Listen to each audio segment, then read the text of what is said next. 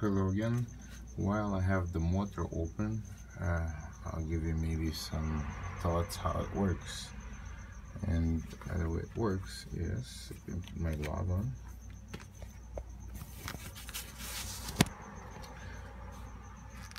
This is, of course, it spins right here.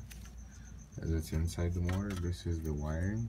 When it powers up, it's giving it a magnetic field, so this thing starts to catching up to the magnetic field and it spins. So how it happens, it has a start capacitor and run capacitor, so it needs to know when this run capacitor needs to kick in. So when the power comes in, there is a switch right here. You see, now it's giving to one wire. So when the motor starts spinning, this by gravity gets pushed in.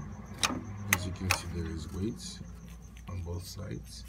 So when it spins, it pushes in and letting you know the switch to let go, and switches to the run capacitor from start.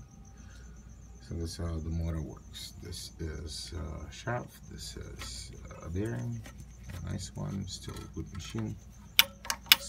Centrifugal switch, rotor, starter, and another part of centrifugal switch.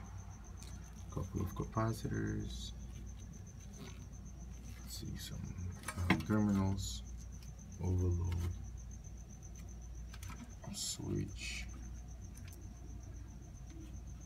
So pretty much it on this machine. And this is a meat grinder.